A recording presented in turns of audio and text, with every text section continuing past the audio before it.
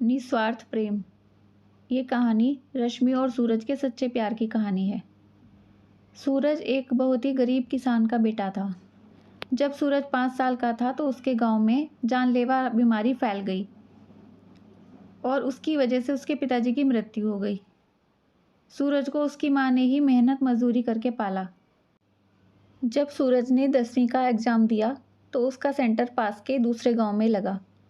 परीक्षा देकर बाहर निकल रहा था तब वो एक लड़की से टकरा गया। वो लड़की उसे बहुत अच्छी लगी।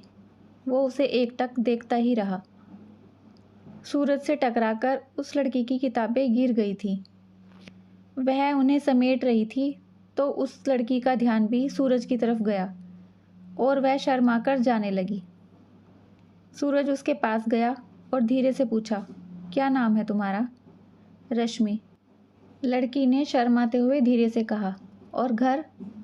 पहले कभी नहीं देखा यहाँ। लड़की खुद को उस गांव के जमींदार की रिश्तेदार बताकर जल्दी से भाग गई। सूरज मन ही मन रश्मि को पसंद करने लगा था।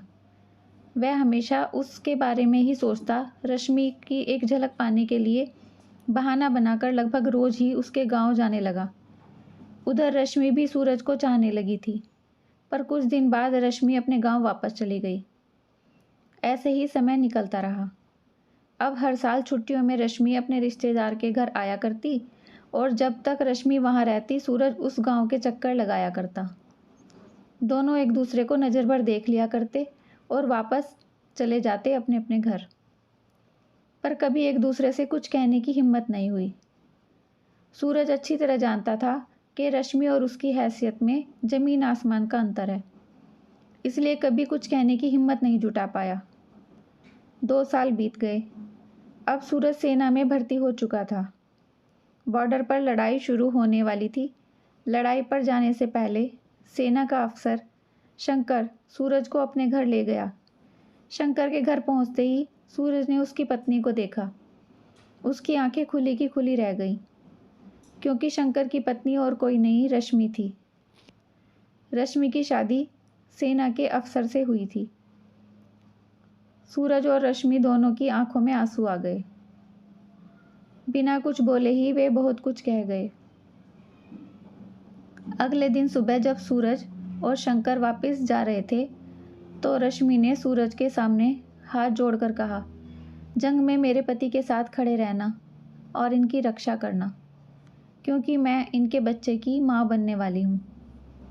दिल छू लेने वाली इस बात को सुनकर सूरज ने रश्मि से वादा किया कि वह लड़ाई से लौटे या ना लौटे, पर शंकर सर जरूर वापस आएंगे।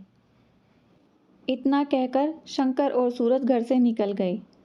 लड़ाई के मैदान में चारों तरफ से गोलियों की बौछार हो रही थी। एक गोली सूरज को भी लग गई, पर वह डटा रहा। अचानक शंकर को छाती में और हाथ में 3 गोली लग गई। शंकर जमीन पर गिर पड़ा। ये देखकर सूरज उसके पास आया और जैसे कैसे कंधे पर शंकर को उठाकर सुरक्षित स्थान पर ले गया, जहाँ से शंकर को अस्पताल भेजा गया।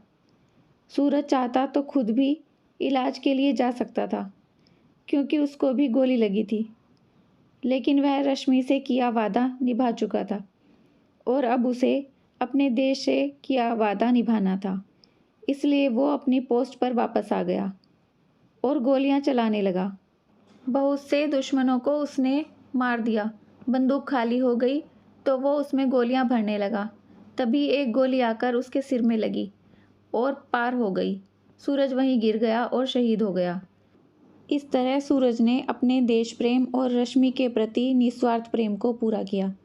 कहानी आपको कैसी लगी? अपने विचार कमेंट्स में बताइए। अगर अच्छी लगी है तो अपने फ्रेंड्स और फैमिली के साथ इस कहानी को शेयर ज़रूर कीजिए और ऐसी ही इंटरेस्टिंग कहानियों के साथ जुड़े रहने के लिए इस चैनल को सब्सक्राइब कर लीजिए।